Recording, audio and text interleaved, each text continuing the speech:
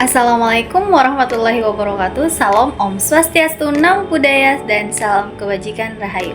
Perkenalkan, nama saya dari Prodi Administrasi Publik. Tujuan saya membuat video tersebut untuk menyelesaikan tugas administrasi pemerintahan daerah yang diberikan oleh Ibu Nimrah Rahmayanti Yusuf SOS MSI mengenai perimbangan keuangan pusat dan daerah. Saja. Yang pertama, pemerintah pusat mengelola anggaran pendapatan dan belanja negara atau yang disingkat APBN. Yang menjadi sumber utama pembiayaan nasional dari APBN inilah dialirkan dana ke daerah melalui beberapa transfer keuangan, yaitu yang pertama, dana bagi hasil atau disingkat DBH, yaitu dari pajak dan sumber daya alam antara pusat dan daerah. Tujuannya agar daerah penghasil mendapat bagian adil dari kekayaan wilayahnya. Yang kedua, dana alokasi umum atau disingkat DAU, yaitu dana pemerataan kemampuan keuangan antar daerah. Diterima hampir semua daerah dengan besaran berbeda sesuai kebutuhan fiskal. Yang ketiga, dana alokasi khusus atau disingkat DAK. Dana untuk proyek tertentu di daerah seperti pendidikan, kesehatan, dan infrastruktur. Bersifat earmarked harus digunakan sesuai tujuan. Yang keempat, dana otonomi khusus atau disingkat OTSUS, hanya untuk daerah berstatus otonomi khusus seperti Papua dan Aceh. Tujuannya untuk mempercepat pembangunan dan kesejahteraan masyarakat setempat. Yang kelima, dana penyesuaian, dana tambahan sesuai kebijakan nasional, misalnya tunjangan profesi guru dan bantuan daerah tertinggal. Semua dana tersebut digunakan untuk mendanai kegiatan desentralisasi atau dilimpahkan ke daerah. Selanjutnya, desentralisasi. Desentralisasi adalah penyerahan wewenang dari pemerintah pusat ke daerah. Artinya, daerah diberi tanggung jawab mengurus urusan pemerintahan sendiri dengan dana yang diberikan. Misalnya, dana digunakan untuk yang pertama, belanja pegawai atau gaji ASN daerah. Yang kedua, belanja barang atau kebutuhan operasional kantor. Yang ketiga, belanja lainnya seperti kegiatan non-fisik. Yang keempat, belanja modal seperti pembangunan sarana dan prasarana, contohnya gedung, jalanan, dan jembatan. Selanjutnya, pendapatan daerah. Pendapatan daerah membentuk dasar anggaran pendapatan dan belanja daerah atau disingkat APBD.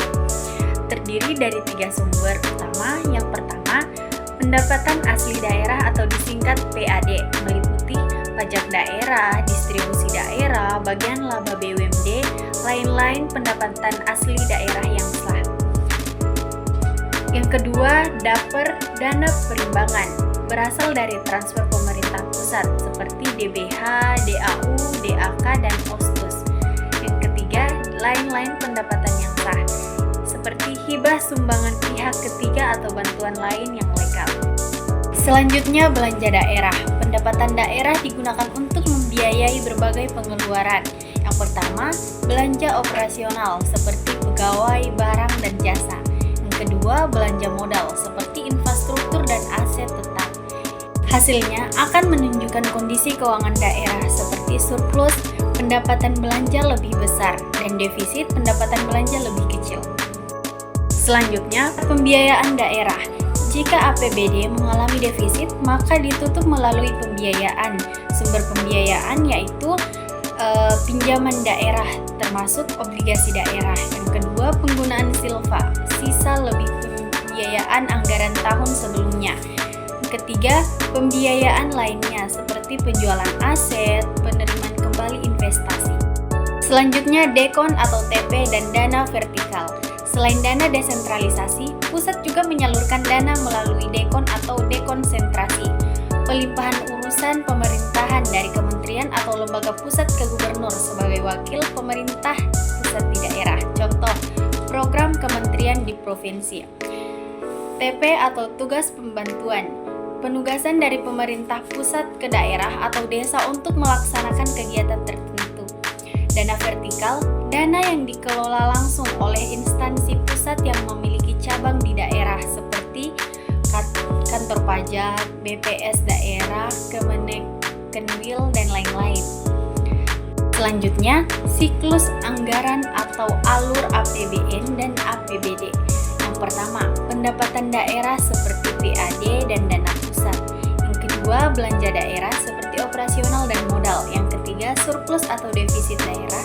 Yang keempat, pembiayaan daerah seperti pinjaman, silva, dan lain-lain. Semua ini membentuk APBD, anggaran pendapatan dan belanja daerah. Kesimpulannya yaitu, pemerintah pusat dan daerah bekerja dalam satu sistem keuangan nasional, sementara pusat melalui APBN memberi dana untuk pemerataan dan pembangunan daerah, dan daerah melalui APBD mengelola keuangan sesuai kewenangan untuk pelayanan publik. Tujuannya yaitu untuk menciptakan keadilan, efisiensi, dan kesejahteraan seluruh rakyat Indonesia. Itulah tadi penjelasan saya mengenai perimbangan keuangan pusat dan daerah. Mohon maaf apabila banyak kekurangan. Saya tutup dengan ucapan wabillahi taufiq wal hidayah. Wassalamualaikum warahmatullahi wabarakatuh.